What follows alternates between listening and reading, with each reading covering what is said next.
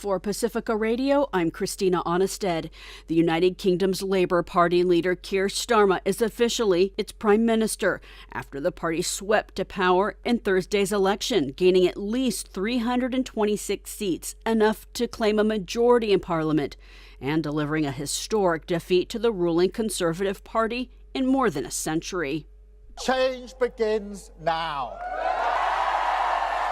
We have the chance to repair our public services because we changed the party. We have the chance to make work pay because we changed the party.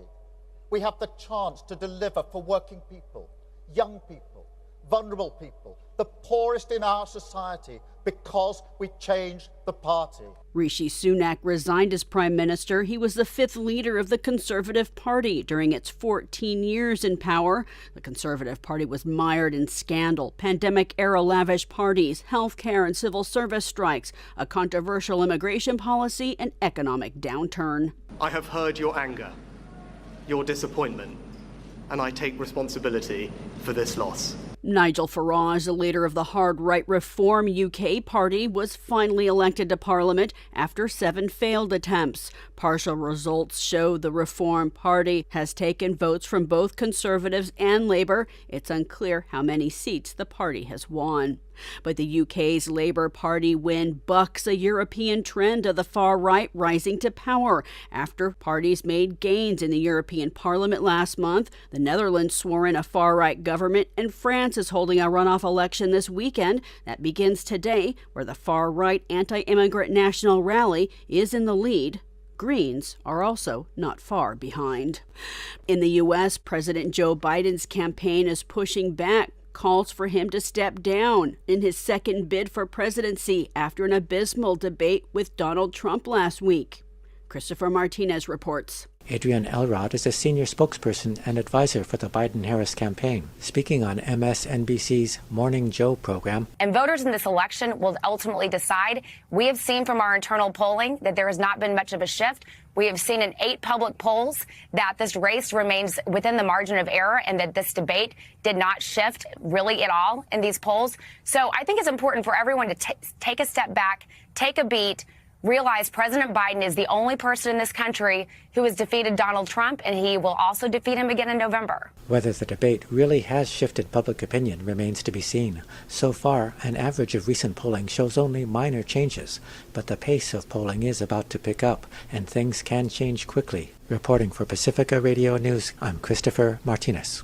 Hurricane Beryl has made landfall on Mexico's coast near the resort of Tulum as a Category 2 storm after leaving a trail of destruction across the Caribbean that claimed at least 9 lives. The National Hurricane Center said today it expects Beryl to rapidly weaken to a tropical storm as it crosses over the Yucatan before it reemerges in the Gulf of Mexico and the Texas border, likely regaining hurricane strength by next week. An abortion rights measure is almost certain to be on the ballot in Arizona in November after advocates turned in far more than enough signatures to qualify it. Eileen Alfandary reports. Coalition spokesperson Don Penich said it was the most signatures ever submitted for a citizens' initiative. To put that into context, that means 1 out of every 5 Arizona voters signed this petition. The proposed constitutional amendment would allow abortions until a fetus could survive outside the womb, typically around 24 weeks, with exceptions to save the patient's life or to protect physical or mental health. Opponents say it goes too far and could lead to unlimited and unregulated abortions in Arizona. An estimated 7,000 volunteers gathered signatures over a 6-month period to put the measure on the ballot. Volunteer Susan Ashley said she signed up mothers, daughters, grandmothers, fathers, brothers across party lines. I recall one encounter on a trailhead with an older man who came up to me and said, "I'm a die-hard Republican, and I'm outraged. I will sign this petition, and I will vote for that initiative." Abortion rights measures will also be on the ballot in Florida, Colorado, Maryland, Nevada, South Dakota, and possibly Arkansas. I'm Eileen Alfandary. Israeli strikes in Gaza killed 3 children and their parents today, and in the West Bank, Palestinian authorities say 7 Palestinians were killed during an Israeli military operation in Jenin. That's where the military said it's been carrying out counterterrorism activity that included an airstrike. The Islamic Jihad militant group named 4 of the dead as its members.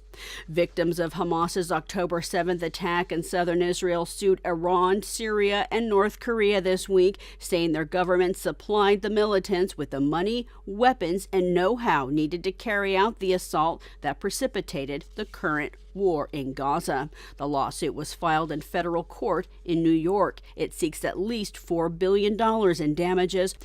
Heat advisories and warnings impacting some 134 million people in the U.S. went into effect during the July 4th holiday. Suzanne Potter reports healthcare providers are urging people to stay safe and hydrated. Anyone is susceptible to heat-related illness, especially if they haven't gotten acclimated. Dr. Rita Wen with the California Department of Public Health lists the groups that are more vulnerable to heat stroke. Those who are unhoused, those working outdoors, older adults, pregnant people, infants and children, people with disabilities, those with chronic health conditions, and lower income populations. Heat stroke can impair a person's judgment, so they may not realize it's time to come inside. That's why experts urge everyone to keep an eye on colleagues, friends, and loved ones for signs of illness, which may include heavy sweating, cramps, tiredness, irritability, confusion, or nausea. Dr. Donna O'Shea with United Healthcare says people should stay away from sports drinks and caffeinated sugary drinks and go for cold water instead. For every 15 minutes of outdoor activity, you should drink about 4 ounces of water, which is like 4 big gulps, or drink 16 ounces of water an hour, depending on your activity level. I'm Suzanne Potter. And I'm Christina Onnested, reporting for Pacifica Radio.